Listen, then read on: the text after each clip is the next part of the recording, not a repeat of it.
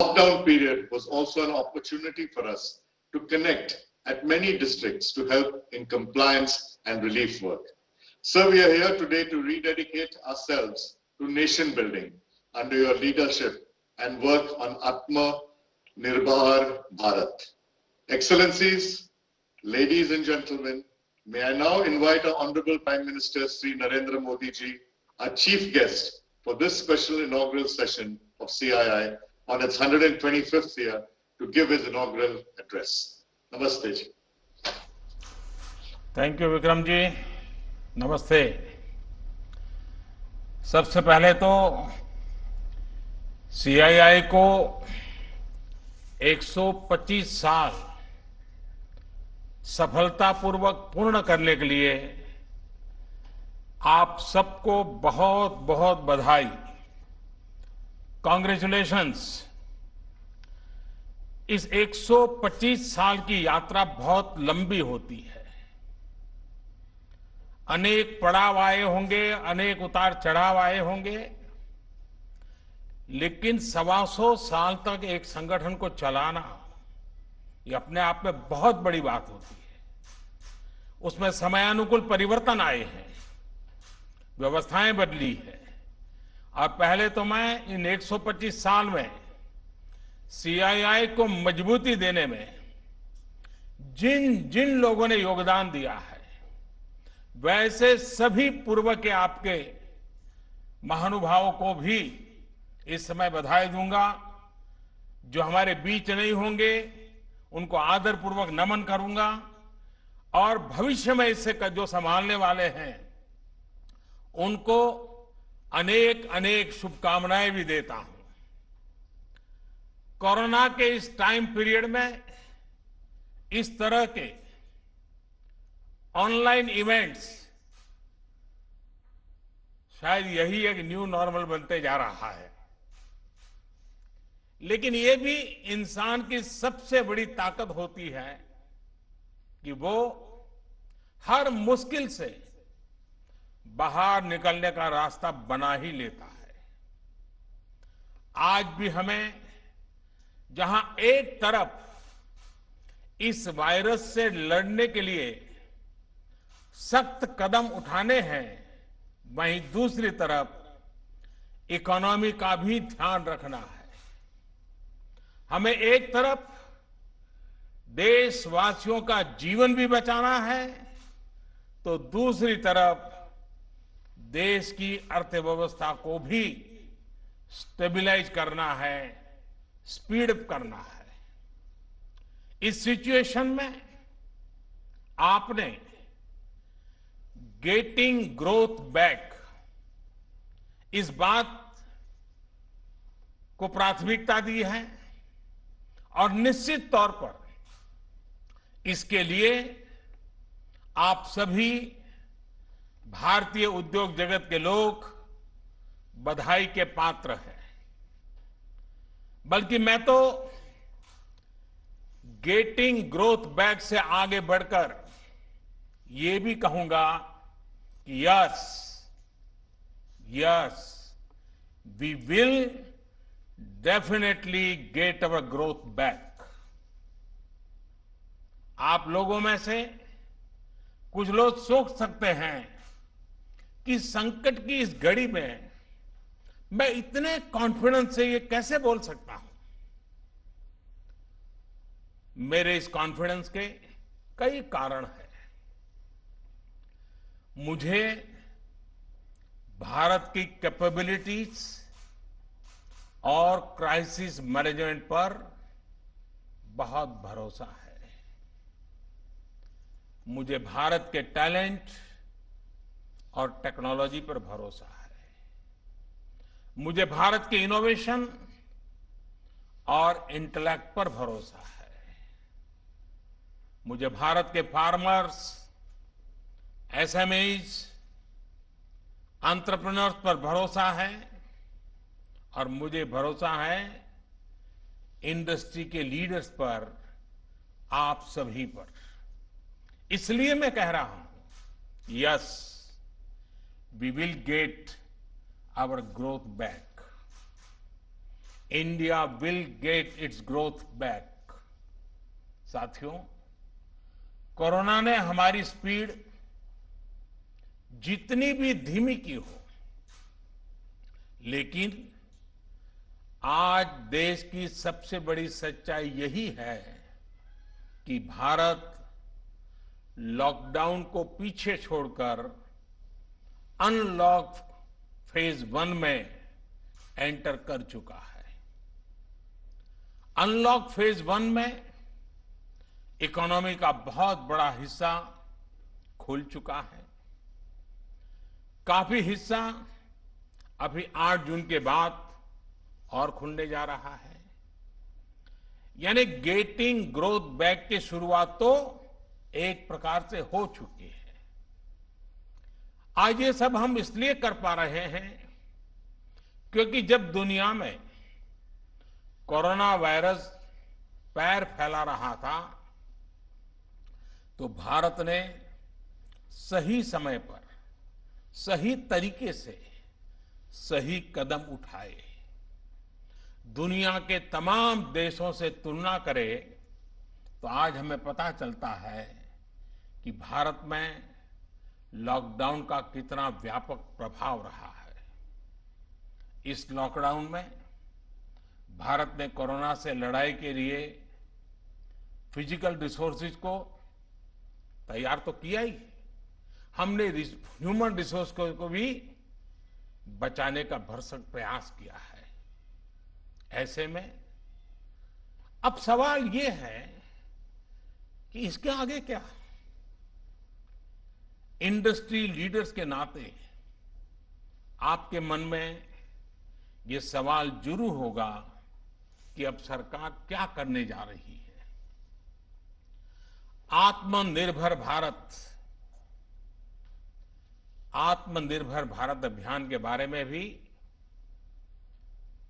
मुझे पक्का विश्वास है कि आपके मन में भी मंथन चलता होगा, कुछ सवाल भी होंगे, और ये बहुत स्वाभाविक है, ऑब्वियस है। साथियों, कोरोना के खिलाफ इकोनॉमी को फिर से मजबूत करना, ये हमारी हाईएस्ट प्रायोरिटीज में से एक प्रमुख प्रायोरिटी है। इसके लिए सरकार जो डिसीजंस अभी तुरंत लेने जरूरी है, वो तो एक के बाद एक ले ही रही है, लेकिन साथ साथ में ऐसे भी फैसले लिए गए हैं जो लॉन्ग रन में देश की मदद करेंगे। साथियों, प्रधानमंत्री गरीब कल्याण योजना ने गरीबों को तुरंत लाभ देने में बहुत मदद की है। इस योजना के तहत करीब 74 करोड़ बेनिफिशियरीज, उनके घर तक राशन पहुंचाया जा चुका है। प्रवासी श्रमिकों के लिए भी फ्री राशन पहुंचाया जा रहा है। इसके अलावा अभी तक गरीब परिवारों को 53,000 करोड़ रुपीस, यानी 53,000 करोड़ रुपए से ज्यादा की फाइनेंशियल असिस्टेंस दी जा चुकी है। महिलाएं हो, दिव्यांग हो, बुजुर्ग हो, श्रमिक हो, हर किसी को इससे लाभ मिला है। लॉकडाउन के दौरान सरकार ने गरीबों को 8 करोड़ से ज्यादा गैस सिलेंडर उनके घर तक मुफ्त में पहुंचा दिया है। इतना ही नहीं, प्राइवेट सेक्टर्स के करीब 50 लाख एम्प्लॉइज के खाते में 24% ईपीएफ कंट्रीब्यूशन भी सरकार ने किया है। इनके खाते में करीब 800 करोड़ रुपए जमा कराए गए हैं। साथियों, भारत को फिर से तेज विकास के पथ पर लाने के लिए आत्मनिर्भर भारत बनाने के लिए 5 बातें बहुत आवश्यक है। इंटेंट, इंक्लूजन, इन्वेस्टमेंट, इंफ्रास्ट्रक्चर और इनोवेशन। हाल में जो बोल्ड फैसले लिए गए हैं उसमें भी आपको इन सभी की झलक मिल जाएगी। इन फैसलों के साथ हमने तमाम सेक्टर्स को फ्यूचर रेडी किया है। इसी वजह से आज भारत एक नए ग्रोथ ओरिएंटेड फ्यूचर की दिशा में बड़ी उड़ान के लिए तैयार है।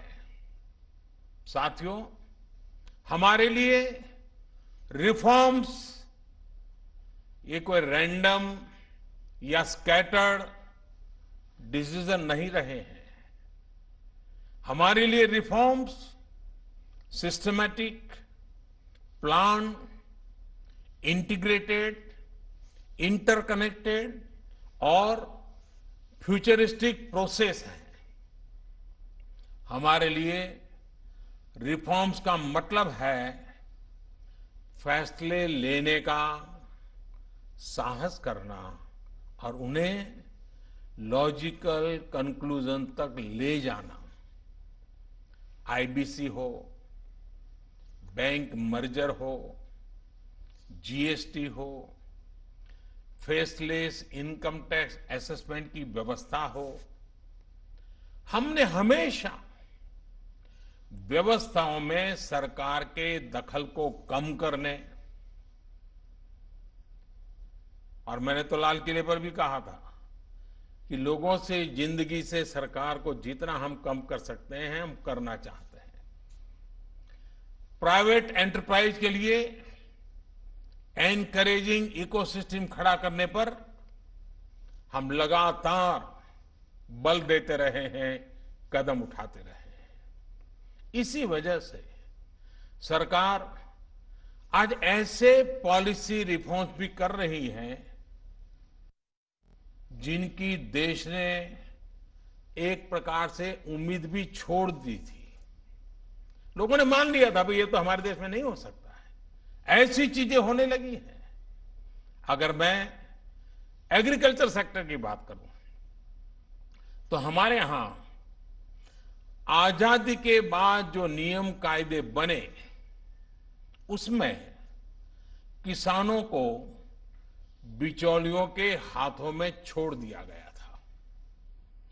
किसान कहां फसल बेच सकता है, कहां नहीं बेच सकता है, इस तक के नियम बहुत सख्त थे। किसानों के साथ दशकों से हो रहे अन्याय को दूर करने की इच्छा शक्ति हमारी सरकार ने दिखाई है। एपीएमसी एक्ट में बदलाव के बाद अब किसानों को भी उनके अधिकार हासिल होंगे। किसान अब जिसे चाहे, जहां चाहे और जब चाहे अपनी फसल अपनी शर्तों पर, किसान की शर्तों पर वो फसल बेच सकते हैं। अब कोई किसान अपनी फसल देश के किसी भी राज्य में ले जाकर बेच सकता है। पहले तो इस पर भी बंधन थे। साथ ही वेयरहाउसेस में रखे अनाज या एग्रीकल्चर प्रोडक्ट्स अब इलेक्ट्रॉनिक ट्रेडिंग के जरिए भी बेचे जा सकते हैं। आप कल्पना कर सकते हैं इससे एग्री बिजनेसेस के लिए कितने नए रास्ते खुलने जा रहे हैं। साथियों, इसी तरह हमारे श्रमिकों के कल्याण को ध्यान में रखते हुए रोजगार के अवसरों को बढ़ाने के लिए लेबर रिफॉर्म्स भी किए जा रहे हैं। जिन नॉन स्ट्रेटेजिक सेक्टर्स में प्राइवेट सेक्टर को इजाजत ही नहीं थी, उन्हें भी खोला गया है। आपका ध्यान इस पर भी गया होगा कि सबका साथ, सबका विकास, सबका विश्वास के रास्ते पर चलते हुए हम वो फैसले भी ले रहे हैं जिसकी मांग बरसों से हो रही थी। साथियों, दुनिया का तीसरा वो देश जिसके पास बहुत बड़ी मात्रा में कोयले का भंडार हो, कोल रिजर्व हो, जिसके पास आप जैसे साहसी और उद्यमी व्यापार जगत के लीडर्स हो, लेकिन फिर भी उस देश में बाहर से कोयला आए, कोल इंपोर्ट हो, तो उसका कारण क्या है? आप भी जानते हैं, देश भी जानता है। कभी सरकार रुकावट बनी रही, कभी नीतियां रुकावट बनी रही, लेकिन अब कोल सेक्टर को इन बंधनों से मुक्त करने का काम शुरू कर दिया गया है। अब कोल सेक्टर में कॉमर्शियल माइनिंग को परमिट कर दिया गया है। पार्सली एक्सप्लोर्ड ब्लॉक्स को भी अलॉटमेंट करने की परमिशन दी गई है। इसी तरह मिनरल माइनिंग में भी अब कंपनियां एक्सप्लोरेशन के साथ साथ माइनिंग का काम एक साथ कर सकती है। इन फैसलों के कितने दूरगामी परिणाम होने वाले हैं, ये इस सेक्टर से परिचित लोग अच्छी तरह जानते हैं। साथियों, सरकार जिस दिशा में बढ़ रही है, उससे हमारा माइनिंग सेक्टर हो, एनर्जी सेक्टर हो या रिसर्च और टेक्नोलॉजी हो, हर क्षेत्र में इंडस्ट्री को भी अवसर मिलेंगे और यूथ के लिए भी नई अपॉर्चुनिटीज खुलेगी। इस सबसे भी आगे बढ़कर अब देश के स्ट्रेटेजिक सेक्टर्स में भी प्राइवेट प्लेयर्स की भागीदारी एक रियलिटी बन रही है। आप चाहें स्पेस सेक्टर में निवेश करना चाहें, एटॉमिक एनर्जी में नई अपॉर्चुनिटीज को तलाशना चाहें, पॉसिबिलिटीज आपके लिए पूरी तरह से खुली हुई हैं। हर अवसर आपका इंतजार कर रहा है। साथियों, आप ये भली भांति जानते हैं कि एमएसएमई सेक्टर की लाखों यूनिट्स हमारे देश के लिए इकोनॉमिक इंजन की तरह है। इनका देश की जीडीपी में बहुत बड़ा कंट्रीब्यूशन है और ये कंट्रीब्यूशन करीब करीब 30% का है। एमएसएमईज की डेफिनेशन स्पष्ट करने की मांग लंबे समय से उद्योग जगत कर रहा था। अब वो उद्योग जगत की पूरी मार्ग भी पूरी हो चुकी है। इससे एमएसएमईज बिना किसी चिंता के ग्रो कर पाएंगे और उनको एमएसएमईज का स्टेटस बनाए रखने के लिए दूसरे रास्तों पर चलने की जरूरत नहीं रहेगी। देश के एमएसएमईज में काम करने वाले करोड़ों साथियों को लाभ हो, इसके लिए 200 करोड़ रुपए तक की सरकारी खरीद में ग्लोबल टेंडर्स को खत्म कर दिया गया है। इससे हमारे छोटे उद्योगों को ज्यादा अवसर मिलेगा। एक तरह से आत्मनिर्भर भारत पैकेज एमएसएमई सेक्टर के इंजन के लिए फ्यूल का काम करने वाला है। साथियों, ये जो फैसले हैं, उनकी रिलेवेंस समझने के लिए आज की ग्लोबल सिचुएशंस को देखना और उसे समझना भी बहुत आवश्यक है। आज विश्व के तमाम देश पहले की तुलना में एक दूसरे का साथ और अधिक चाहते हैं। देशों में एक दूसरे की जरूरत और ज्यादा पैदा हुई है, लेकिन इसी के साथ ये चिंतन भी चल रहा है कि पुरानी सोच, पुरानी रीति नीति, पुरानी पॉलिसीज क्या आज कारगर होगी क्या? स्वाभाविक है कि इस समय नए सिरे से मंथन चल रहा है और ऐसे समय में भारत से दुनिया की अपेक्षा, एक्सपेक्टेशंस और बड़ी है। आज दुनिया का भारत पर विश्वास भी बढ़ा है और नई आशा का संचार भी हुआ है। आपने भी देखा है कि कोरोना के संकट में जब किसी देश के लिए दूसरे की मदद करना मुश्किल हो रहा था, हर कोई अपने को संभालने में लगा था।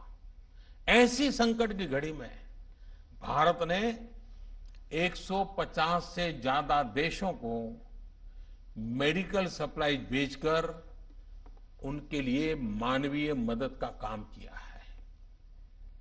साथियों, world is looking for a trusted, reliable partner. Bharat में पोटेंशियल है, स्ट्रेंथ है, एबिलिटी है।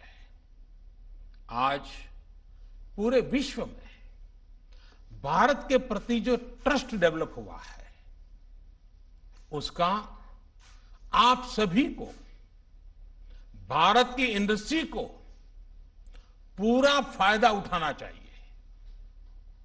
ये आप सभी की जिम्मेदारी है, सीआईआई जैसे संगठनों की जिम्मेदारी है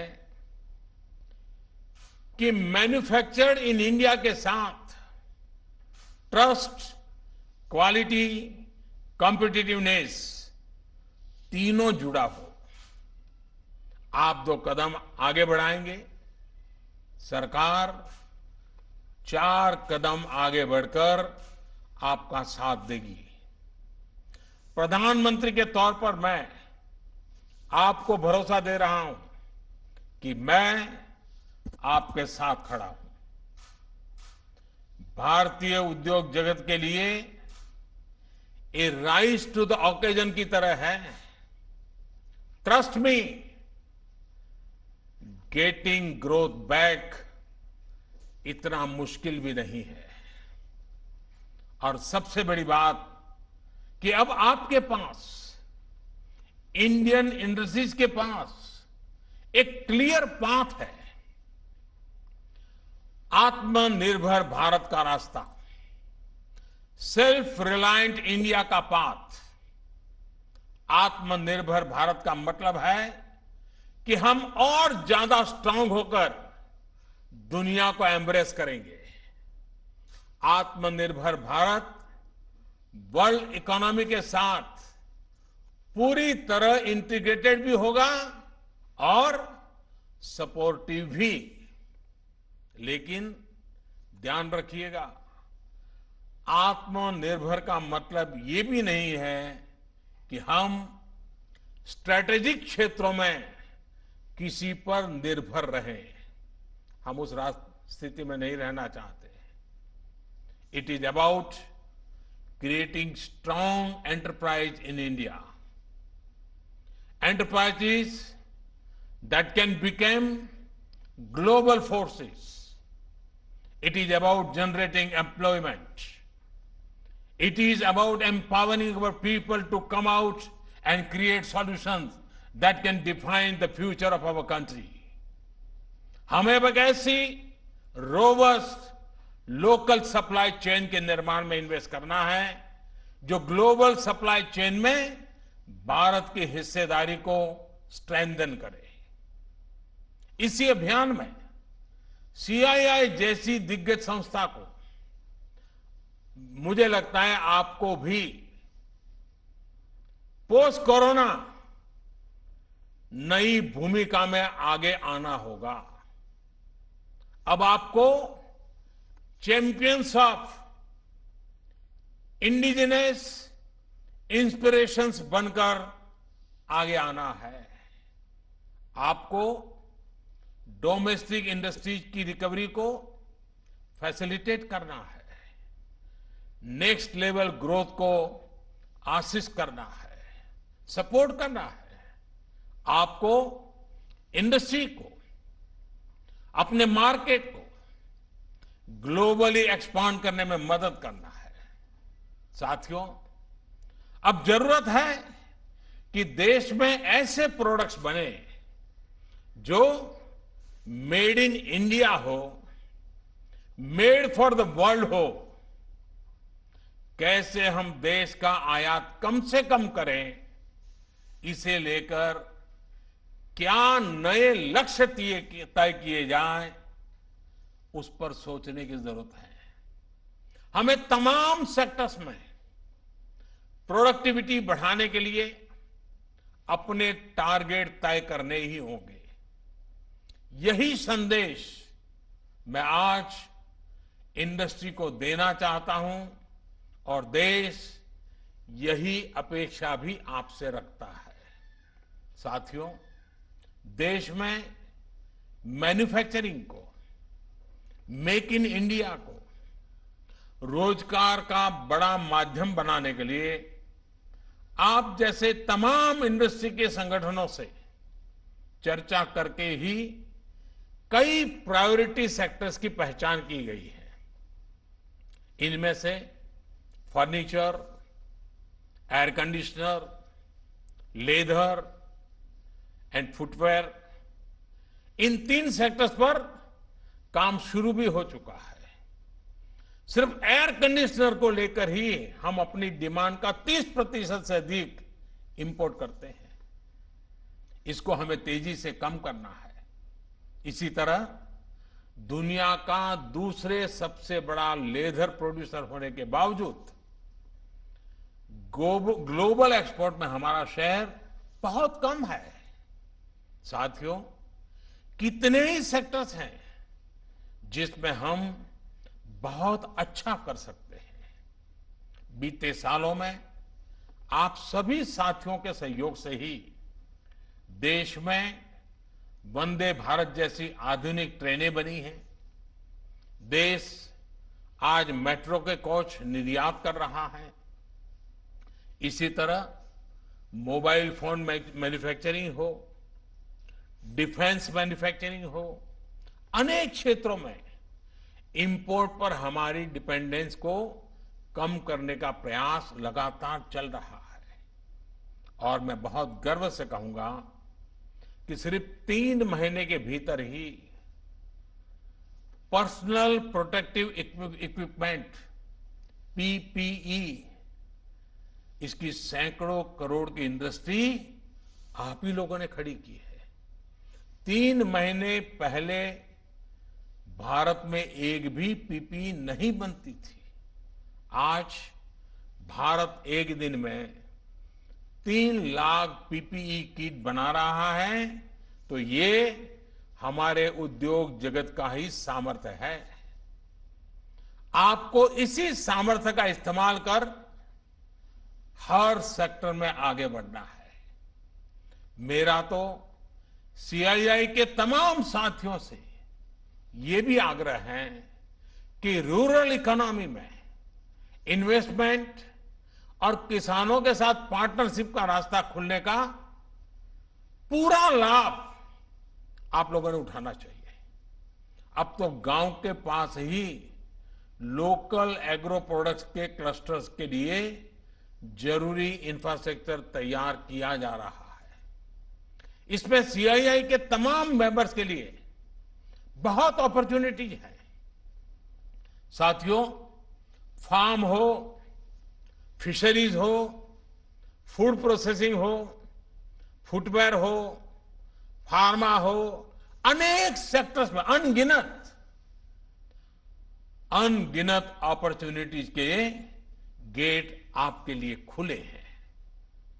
सरकार ने शहरों में प्रवासियों के लिए आवास उपलब्ध कराने के लिए जिस रेंटल स्कीम की घोषणा की है, उसमें भी आप सभी साथियों को मैं सक्रिय भागीदारी के लिए आमंत्रित करता हूं। साथियों, हमारी सरकार प्राइवेट सेक्टर को देश की विकास यात्रा का पार्टनर मानती है। आत्मनिर्भर भारत अभियान से जुड़ी आपकी हर आवश्यकता का ध्यान रखने के लिए भारत सरकार प्रतिबद्ध है। आपसे सभी स्टेक होल्डर्स से मैं लगातार संवाद करता हूं और यह सिलसिला आगे भी जारी रहेगा। I request you to come up with a detailed study of every sector, build consensus, develop concept, think big. We will together take up more structural reforms that will change the course of our country.